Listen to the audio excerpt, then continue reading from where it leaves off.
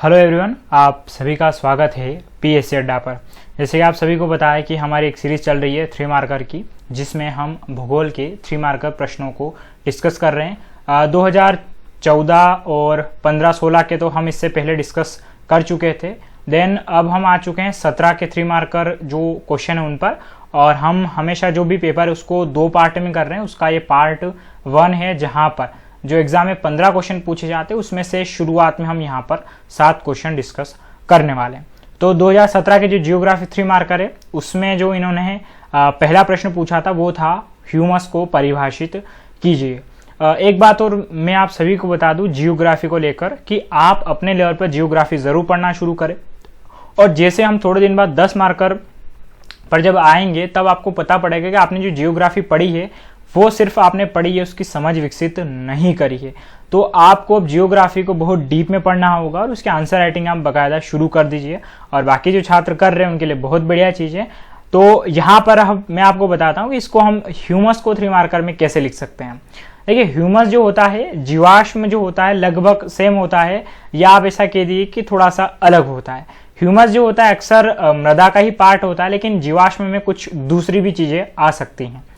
तो यहां पर हम लिखेंगे कि मृदा का वह आंशिक प्रकार जो जैव पदार्थ जिसमें जीव जंतु भी शामिल है और वनस्पति के पूर्ण एवं आंशिक अपघटन के कारण निर्मित हो, प्रायः यह अधिक उपजाऊ एवं उर्वरता प्रदान करते हैं।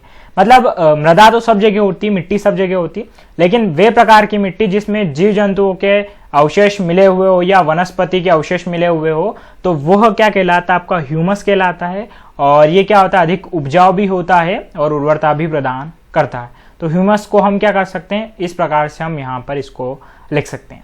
चलिए, तो आशा करता हूँ ह्यूमस आप सभी को यहाँ तक क्लियर हुआ होगा। देन उसके बाद दूसरा इनका प्रश्न था रेशम कृषि।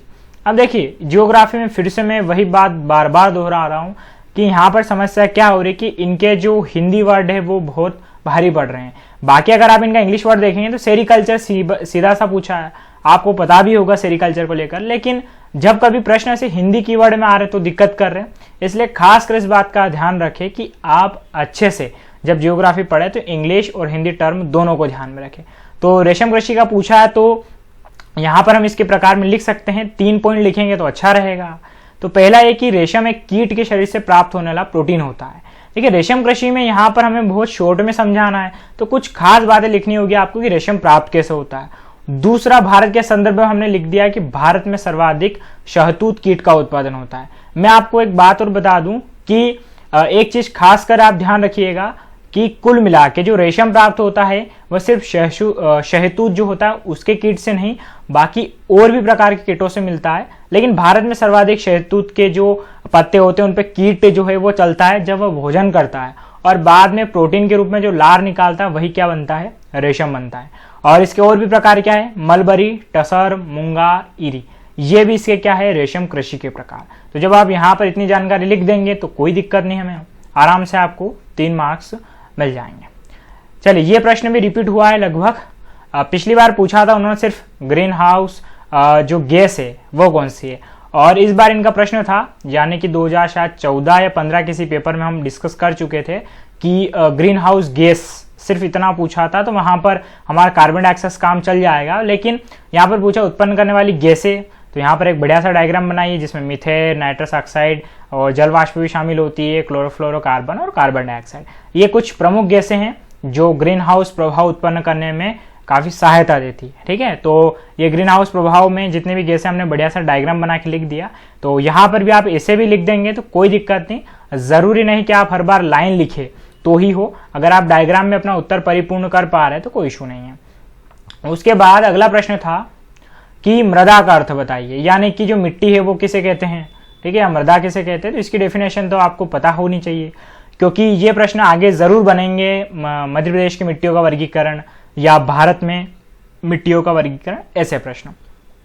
तो यहां पर हम देख लेते हैं, यहां पर अगर हम 3 पॉइंट लिख देंगे तो कोई आराम से कोई दिक्कत होगी नहीं हमें। तो मृदा पृथ्वी की सबसे ऊपरी सतह पर पाई जाती है। पहला पॉइंट हमारा ये कंप्लीट हो गया। दूसरा, ये बनती कैसी है? तो इसका निर्माण जो होता है वो किससे होता है? चट्टानों, जीवाश्मों के अपघटन से होता है। और तीसरा सबसे इंपॉर्टेंट कि पेड़ पौधे विकास में अत्यधिक आवश्यक, क्योंकि बिना मिट्टी के पेड़ पौधों का विकास संभव नहीं है ना। तो कोशिश करें कि जब ऐसे उत्तर आए तो आप 3 पॉइंट लिख दें, क्योंकि अक्सर होता है कि जब आप 3 पॉइंट लिखते हैं तो परीक्षा की मानसिकता होती है कि हाँ उसने 3 पॉइंट कंप्लीट किए हैं, तो फिर वो 2-2.5 के बीच में कंफ्यूज नहीं होता है, तो 3 देगा या 2 देगा, लेकिन इसमें संभावना 3 मिलने की पूरी हो जाती है। चलिए अगला प्रश्न हम देखते हैं, दून एवं द्वार। तो इसमें तो आप पॉइंट नहीं बना सकते, इसमें तो सीधा सीधा लिख सकते हैं किसे कहते हैं। तो लघु हिमालय और जो शिवालिक हिमालय हैं उसके मध्य पश्चिमी हिस्से में संकीर्ण घाटियां दून एवं द्वार, जिसे द्वार भी कहते हैं, कहलाती है। फॉर एग्जाम्पल देहरादून और हरिद्वार। तो जैसे कि अगर आप हिमालय पढ़ेंगे तो हिमालय की जब घाटियों की बात आती है तो वहां पर दून और द्वार जरूर आता है। जब आप हिमालय के भाग पढ़ेंगे 4 ट्रांस हिमालय, ठीक है, वृहत, लघु और शिवालिक, तो ये शिवालिक और लघु यानी कि 3rd और 4th जो हिमालय है उसके बीच की बहुत संकीर्ण और पतली घाटियां हैं, उसे क्या कहते हैं, दून और द्वार। और ये आपको मिलेगी मोस्टली उत्तराखंड में, ठीक है, ये आपको उस वाले हिस्से में मिल जाएगी। चलिए आगे बढ़ते हैं हम, और अगला प्रश्न था हमारा कि मालाबार तट किसे कहते हैं, और वो आपको यहाँ पर बताना था। तो इससे पहले भी एक चीज आप नोटिस कर रहे होंगे कि 2014 से लेकर हम 17 तक आ चुके, लेकिन क्वेश्चन कुछ रिपीट हो रहे हैं। वहां पर प्रश्न पूछा था कि पश्चिमी तटी के जो उपविभाग है उसे बताइए, तो उसमें बकायदा जो मालाबार तट है वो स्वाभाविक सी बात आ रहा था। तो वहां पर जब बात कर चुके तो यहाँ पर भी आसानी से लिख सकते हैं। तो आप लिख सकते हैं कि पश्चिमी तटीय मैदान के उप विभाग का दक्षिणतम हिस्सा जो मंगलोर से कहां तक जाता है, कन्याकुमारी के तट तक विस्तृत है ये। और अगर आपने ये कर दिया यहाँ पर तो ये हो गया सोने पे सुहागा, क्योंकि जब आप डायग्राम के थ्रू डायरेक्ट समझा रहे कि इतना वाला हिस्सा क्या कहलाता है यहाँ पर मालाबार तट, तो फिर यहाँ पर क्या होता है कि ऐसी चीजें परीक्षा काफी ज्यादा प्रभावित होता है। हालांकि आप हर जगह डायग्राम भी नहीं बना पाएंगे, लेकिन कुछ ऐसे हैं जहां पर आपको पूरा भारत का मैप नहीं बनाना है, यहाँ पर लिख दिया प्रायद्वीपीय भारत और आपका काम क्या होगा, बन जाएगा। चलिए देखते हैं हम आज के आखिरी प्रश्न की तरफ, और आखिरी प्रश्न ये मध्य प्रदेश की आर्थिक भूगोल से पूछा हुआ है ना। भूगोल में मानव भूगोल भी होता है, आर्थिक भूगोल भी होता है, पर्यावरण भी होता है। तो आप ये मत सोचिएगा कि इकोनॉमी की योजना कैसे पूछ ली, तो ये आर्थिक भूगोल के अंतर्गत आता है। तो बलराम ताल योजना पूछा था, उन्होंने सिर्फ सीधा लिखा था बलराम ताल योजना। तो यहां पर हम 3 पॉइंट इसके बारे में बकायदा लिख सकते हैं। पहला कि मध्य प्रदेश सरकार द्वारा 25 मई 2007 से ये संचालित है। दूसरा, इसका उद्देश्य क्या था, तो भूमिगत एवं सतही जल बढ़ाने हेतु किसान के स्वयं के खेत में तालाब बनाने हेतु प्रोत्साहित करना। कुल मिला के बलराम ताल योजना इसीलिए बनाई गई थी ताकि किसान जो है अपने खेत में तालाब बना सके और सरकार उसे सब्सिडी दे सके।